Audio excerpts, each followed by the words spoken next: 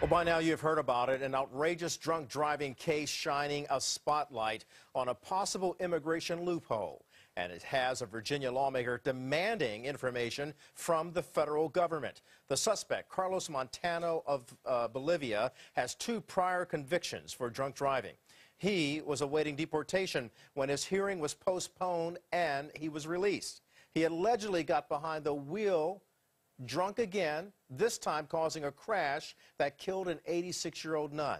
Now, a Virginia lawmaker wants to know how many illegal immigrants may have been released from federal custody. He joins us now. Corey Stewart is chairman of the board of supervisors of Prince William County. Corey, thanks for joining us this afternoon. Tell us what you want done about this case, and is the federal government meeting your demands?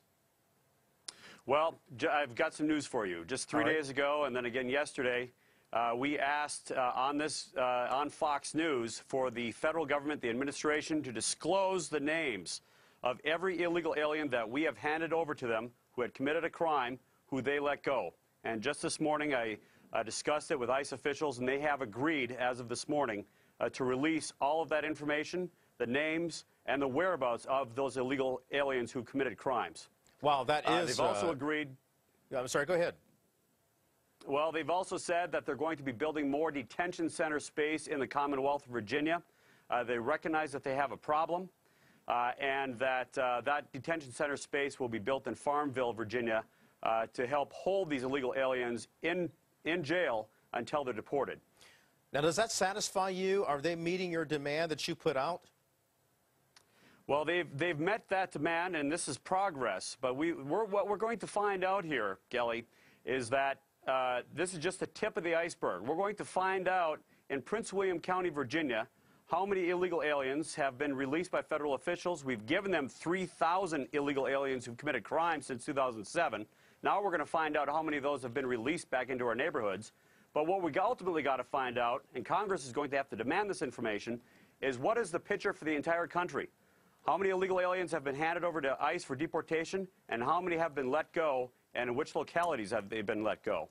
Corey, Virginia has been in news quite a bit lately, not only for immigration but also health care. What's happening down there in the Commonwealth that's causing the federal government to raise its eyebrow and actually respond to you and react to your demand to say, look, let's not let someone innocent be killed again by someone who should have been in jail or deported.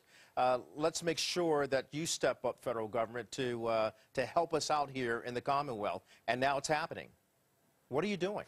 Well, I think, you know, Virginia is it's a state of presidents. It is a leadership state.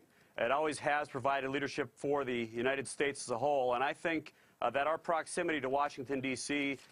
Gives us just a little bit more attention than other states. And clearly we're starting to see some progress here.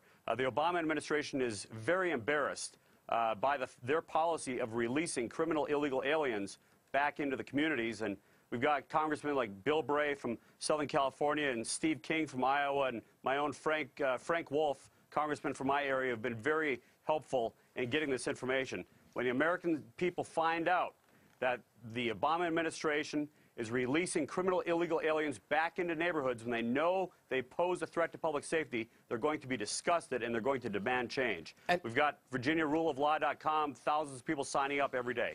And, Corey, this is really breaking news that you're giving us, so let's go over the top of it again, just to recap for our viewers and people watching everywhere, even online, exactly what this means, not only for the Commonwealth, but for the nation. And that's the fact that ICE has responded to you, as well as the Department of Homeland Security. As you recall, Janet Napolitano reportedly hit the roof when she heard about this incident.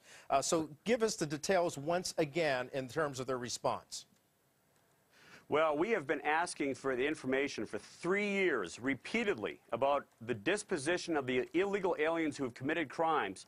Once we handed those 3,000 individuals over to federal authorities, what did they do with them? Did they release them or what? They wouldn't respond. They always stiff-armed us. And now, after asking for this information and embarrassing the Obama administration on Fox News, apparently somebody's watching over there in the White House, and now they've agreed to release that information about the illegal aliens that they have let go after we've handed them over. And the other important thing that you pointed out is that they will set up detention centers there throughout the Commonwealth to detain these people who should be actually sent back or deported to their native countries for coming here illegally to begin with. Corey Stewart? I think it's, sure. Yeah, it's my pleasure. And the one thing I want to say is... It's Jamie. I just want to ask, who's going to pay for those detention centers?